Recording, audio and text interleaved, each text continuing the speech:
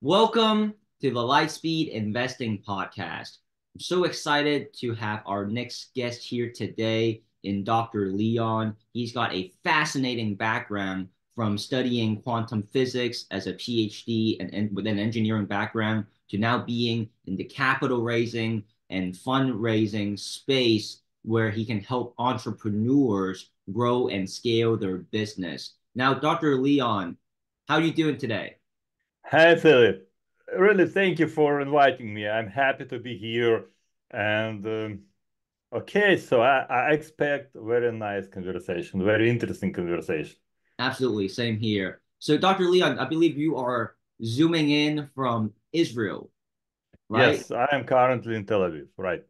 What now? Have you always grown up, born and raised there, or No, no, I came here 30 years ago to make my PhD, and I landed to the Weizmann Institute of Science, where I was involved in very interesting research in quantum physics and optics, and then I did a postdoctoral research on this subject, quantum computing, laser cooling, Hmm. and then I just understood that it's interesting that scientists, specifically professor, for example, they don't have a good salary. I don't know, you know why? Hmm. Because everything what they discover will be applied in 50 years by other engineers. So you Hmm. just take these 50 years and chop the salary of engineer and you get the salary of professor. Right. But actually, this is not the issue. I was invited to manage some interesting project in one of the company created by my supervisor, and I decided to leave the science and become engineer. It was quite difficult because engineer thinks differently. Scientist thinks by how many papers and phenomena discovered, Hmm. and engineer thinks about tolerances, all this stuff around. That was quite difficult for me, but finally I became an engineer, freelancer, optical designer, and spent several years helping tremendous companies and startups to build medical device. So this Hmm. is how I get introduced in medical device area, and I help to build sensors, optics, and finally devices from the scratch. And in the middle of crisis, exactly 2009, 2008, I decided to make my own company and become entrepreneur. So it's the next grade, as I would say, because and again, I broken my head how to do it, and I raised my first $1 million in the middle of the crisis. Hmm. It was quite difficult. I was on the brink of bankruptcy because it took me about a year to get it. But I was going to make a world first wearable medical device if they clear it, not what Fitbit others doing. It's really medical device. Hmm. And finally, we got FDA clearance for the world's first wearable medical device. And Nice. today, many companies using this like predicate to get FDA clearance. Uh-huh. And so I'm inventor of this device. I continue to be inventor. I like it. This is my today. This is my hobby, I would say, to invent something new. And and I managed this company for about 12 years from the scratch. I raised dozens of $1 million and get product to the market. And a couple of years ago, I don't know, step down or step up because I'm today chairman of this company. So and I continue like entrepreneur. I created my venture studio. I founded another four companies in very interesting areas: AI, cosmetics, education, patient education. I entered into investment area, so I became venture partner of Network VC. This is one of the leading Silicon Hmm. Valley venture capital. And also, I was invited to join World Business Angel Investment Forum like a senator, where we have amazing discussions about financial inclusions, and we are working with G20 on financial inclusions. And I'm in their global startup committee there. And at the same time, I help startups like a mentor. And startups from Founder Institute, H7 Bio, a lot of other That's accelerators. really interesting because obviously you and I kind of have a similar background in the sciences, right? I went Yeah, through the medical ones, but you went through physics and engineering, but we both ended up yeah, in business. Did you ever right. think you were going to walk the path that you have walked? Or I mean, was that kind of just how it naturally unfolded for you? Oh, it was very difficult because, as I said, I went through all stages of professional development. I was a scientist, engineer, executive, entrepreneur, investor, mentor, advisor. Mhm. So I don't know what left. Maybe to become politician, but this is not what I am going to do. And so every step was accompanied with a huge, some I would say, Mm. transmissional vibes, because it was very difficult to transmit from or transform my way of thinking to another level, I would say, like in gaming, yeah. What was the thing that you felt like was the hardest to break through, right? To go through Yeah, new the levels. most important because you have to learn new language all the time, and you Mm, have to get used to new language, and you have to develop new skills, new habits, because everything what we're doing good, we have to automate. And everything what we're doing every day, if it's not automated, that's a problem. 95% of everything what we are doing automatically based on our habits. So our brain works this way. And to create the habits, what are the habits? It's a continuous application of your skills. So through developing habits, you can automate your things, and you can make it much quicker, like driving. In the beginning, correct. you couldn't drive automatically. Now I don't remember how did I get home. Well, So that's absolutely true. A lot of successful people talk about the importance of building successful habits. So for you, what habits were conducive to your success, and what habits did you need to get rid of? Oh, it's a very interesting question. Hmm. First of all, I have several habits I developed. Learn very quickly and read very quickly and immediately apply. Mm, So I I would love. say to create intention immediately out of what I was learning, Right, in order to make from these skills experience, to create experience, and experience leads to habits. right. So I learn new skills. I apply these new skills to have experience, and this way I learn new and develop new habits. It's very difficult because actually how we actually grow from the beginning, when we are children, kids, we learn our world out of perception of this world. This is a fire. That means it's danger. So we feel everything, we perceive everything, and based on this perception, we create our world of view of the world, right?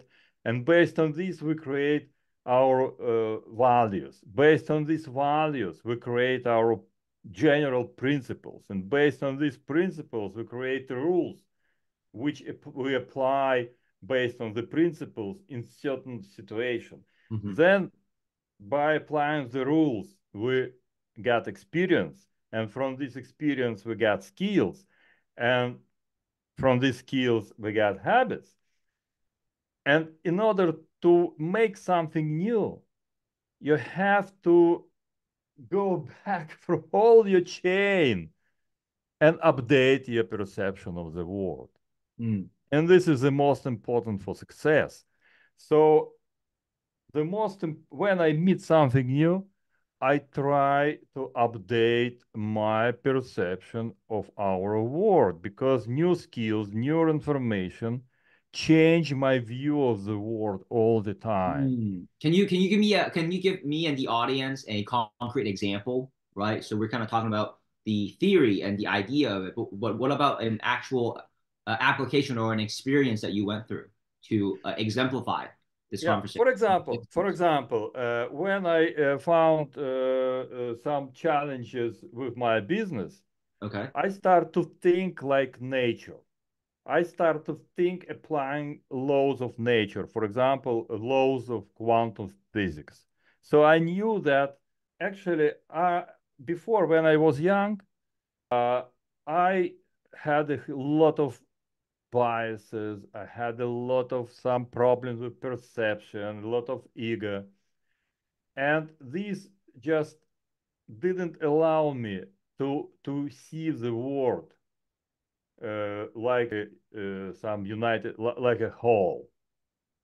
Like a whole. I just saw some different parts of the world based on my biases, which I had. And when I decided to get into the business, I understood that I need something new. I have to look at the world like superposition of opportunities, for example. Mhm. I have to look at the opinion of people like complementarity, how they complement each other. I have to understand how to think through my action and predict results of my actions that didn't happen when I was young, man.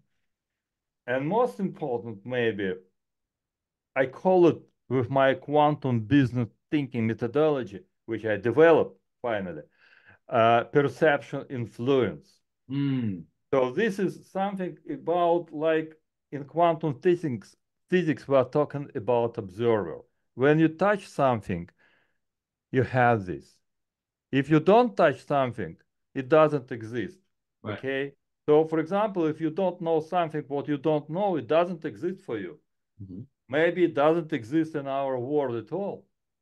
So to change your perception, you have to touch many things and get experience with these. And these where you create your new view on all the world. That is the whole. Everything is interdependent.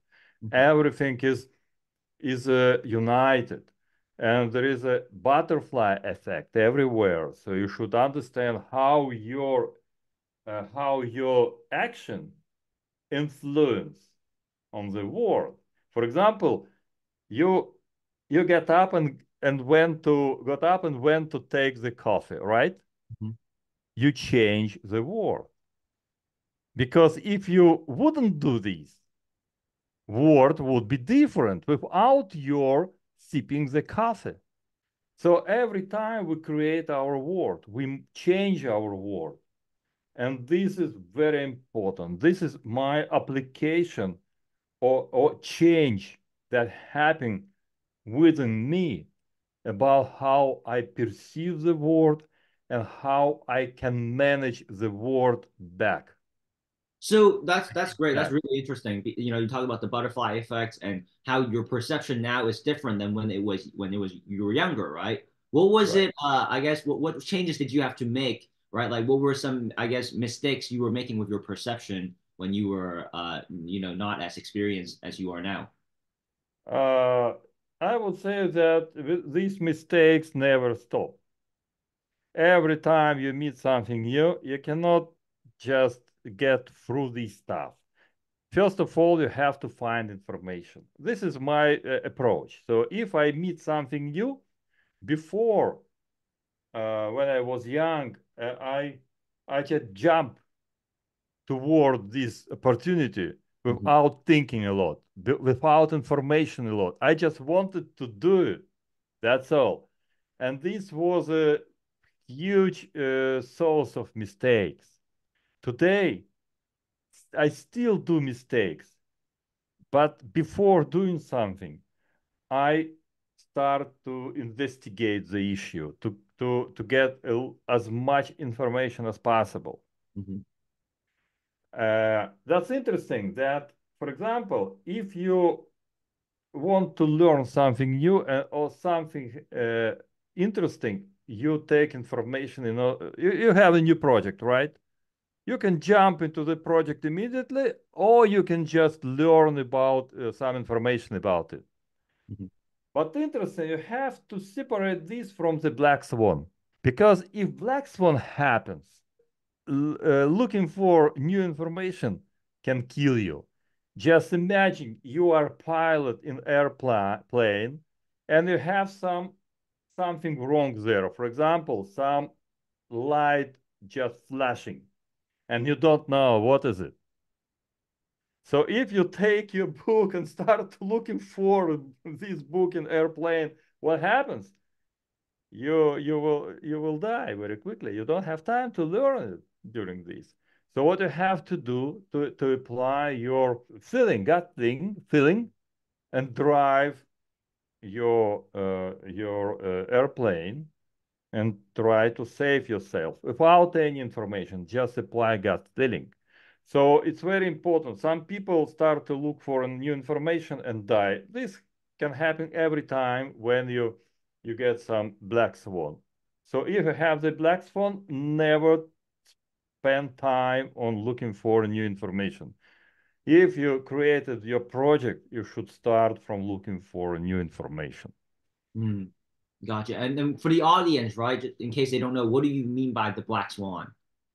I mean, it again, if something happens, I don't know, as I said, your airplane, something happens to him, to it. Or you just from the business, you are doing business, everything is okay, and suddenly all the market down. Mm-hmm.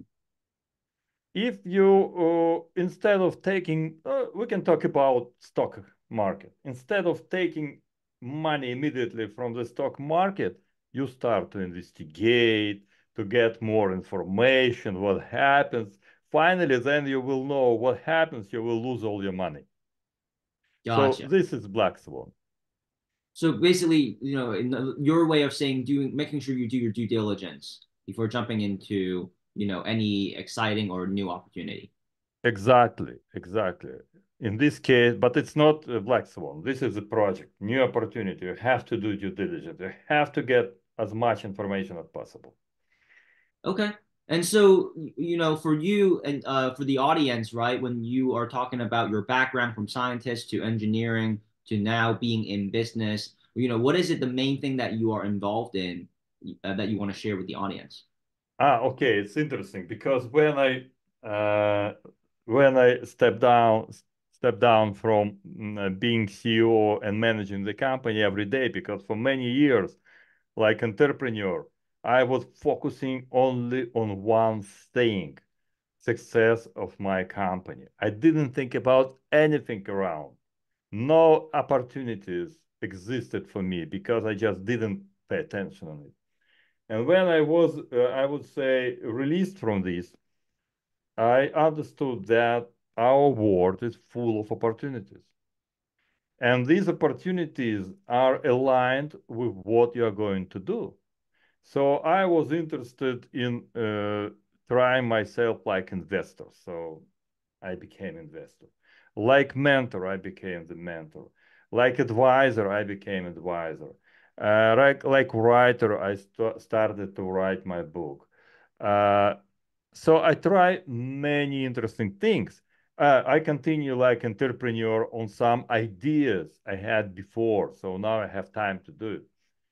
But after a couple of years of my experience, I understood that what I like the most is to be advisor and mentor. And mentor maybe the most because I think all my experience is very valuable for young entrepreneurs. And I'm really charge my battery when I talk to young entrepreneurs and teach them and help them. And it's like a product. My company has a slogan. It's making your company a product.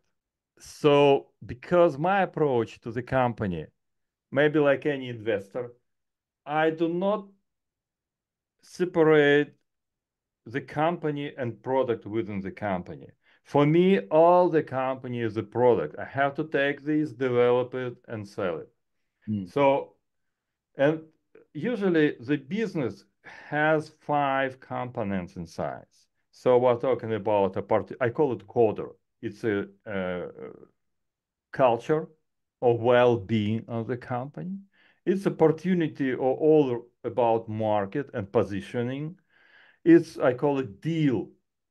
It's all about how to get resources and financial stuff and analytics and information, all about business model. The next quadrant is, I call it drill surgeon, but actually this is all about operations, operation excellence, and product development. And you cannot just separate operation excellence from the product development, because product development is based on good operations. And then customer relationships. I call it relationships. And this is all about how to build customer success. And all these 5 components we need to unite like a whole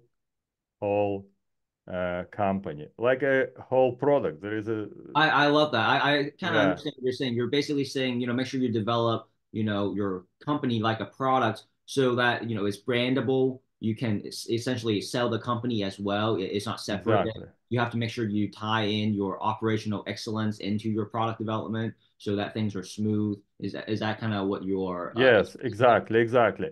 And most of the time, I take my students' hands and we together go through 3 main elements.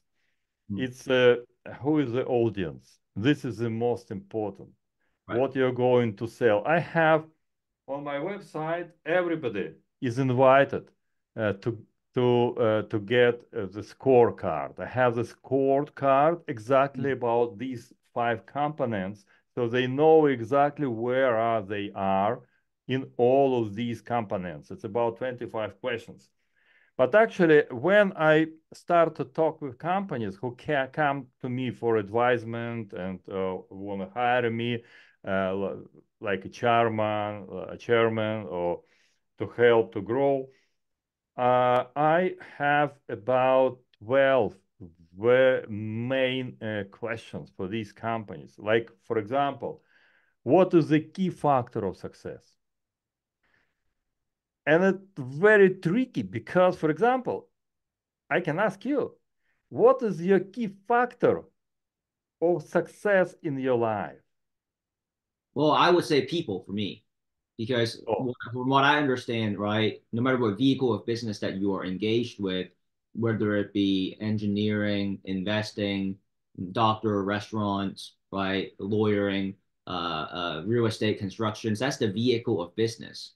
But at the end of the day, we're all in the people business because the company is an extension of the person that created it, right? So when you shake hands with Apple, when you shake hands with IBM, it's not necessarily about doing business with the entity, but the individual representing that. And also, let's say if you are someone who is lazy, right, and you only work 20 hours a week, but if you had a team of people, even if you had 5 people, and each work 20 hours a week at part time, that produces 100 hours, right? So of right. course, if you want to leverage time, energy, and effort, I mean, it's all about the people, and you got to make sure you have great personality alignment Yeah. so that they are all in with you on the same cause and that they want to engage in this journey together, right? As a collective.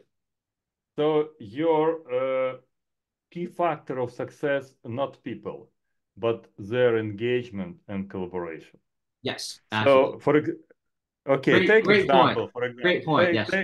take example. For example, you have the bicycle Mhm. and you want to sell the bicycle. What's the key factor of success to ride the bicycle? The key factor of success to sell the bike. No, So, it's just key factor of success to ride the bicycle. oh, to ride the bicycle. Well, you have to have the right To knowledge. ride the bicycle. To ride the bicycle, Yeah, you have to write the right knowledge, right? You got to know how to right. actually ride it, and then you gotta execute. You gotta hop on the bike, and then you'll probably and ride the bike itself and actually test it out. And at the beginning you'll probably fail, right? So you got to learn how to get back up, get back on the bike. So And you get for all these now, all my 12 answers. But the first answer, the key success factor is keeping balance. If you okay, cannot keep balance, you cannot do anything. You cannot get on the bicycle. You cannot just move. You cannot use your energy. You cannot apply anything if you don't have. So in your case, if you don't know how to talk to people and manage people and find connection to people, you cannot build a company. You are right. totally right. This is your key. Another client, for example, another question, for example, what are the key values of your client? Very important. You have to find at least 50 and then extract 5. Mm, Or what is the effectiveness matrix? You know the difference between effectiveness and efficiency. Efficiency is go ahead. doing things right, Uh, yeah? And effectiveness is doing right things. And mm, they complement, here we have complementarity, quantum business thinking principle. They complement each other. But who is more effective? You are laying on the bed and watching TV, doing nothing except watching TV. Or, for example, Ferrari making circles around the stadium, mhm. just making circles, you know. What is more effective? Well, what's the goal that we're trying to accomplish? Okay, but okay, not either or Ferrari, you don't have any goal. Who is more effective? Well, the Ferrari's running around in circles. It's doing something, right? And you're sitting around doing nothing. I mean, you have the TV on, you're watching. But I So guess, you don't spend your energy.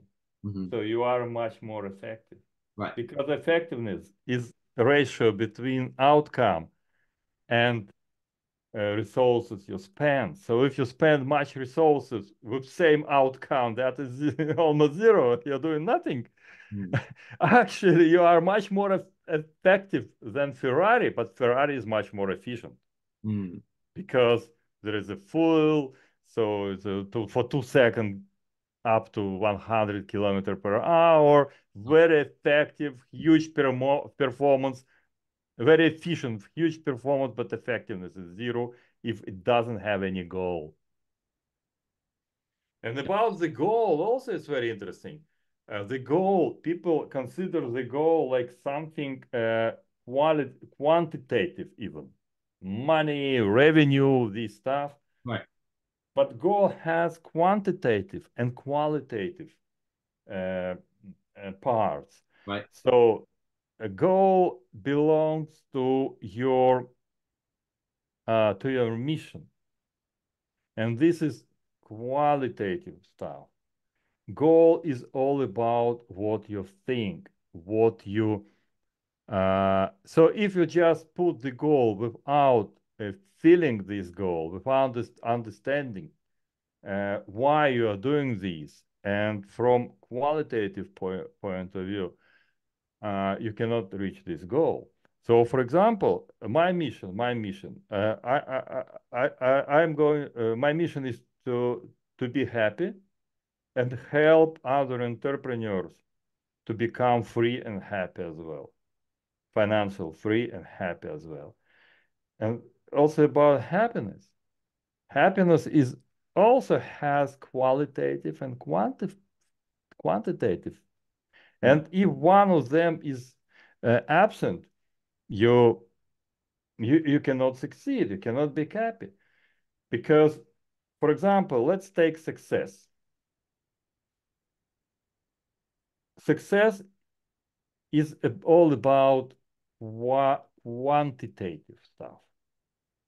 Happiness is mostly qualitative stuff, right? So if I succeeded, it doesn't mean I'm happy. But if I'm happy, doesn't mean I have success. Sure. The best way to have it together, and this is my mission.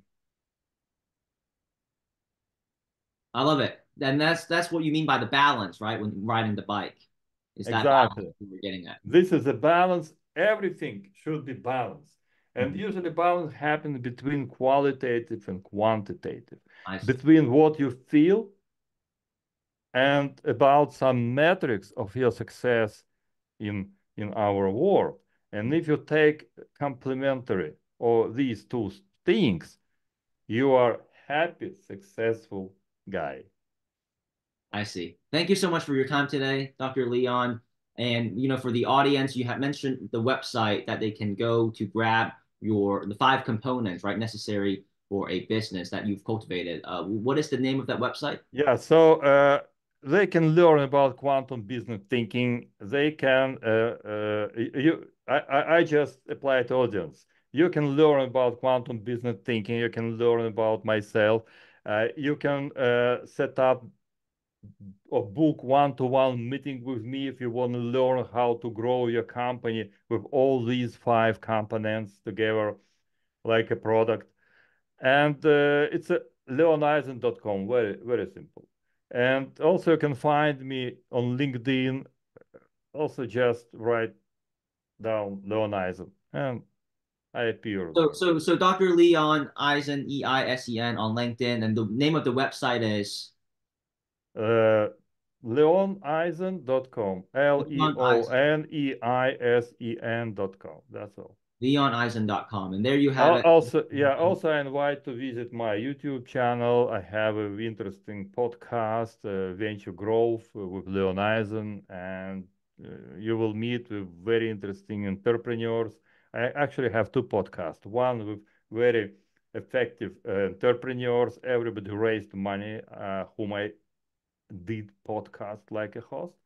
And another podcast called first podcast is called Intelligent Founder, and second podcast is called uh, After Insight, Author Insights. And this is also very interesting because I bring some amazing authors, usually overlooked uh, in Amazon and other media, and we uncover amazing, amazing things together.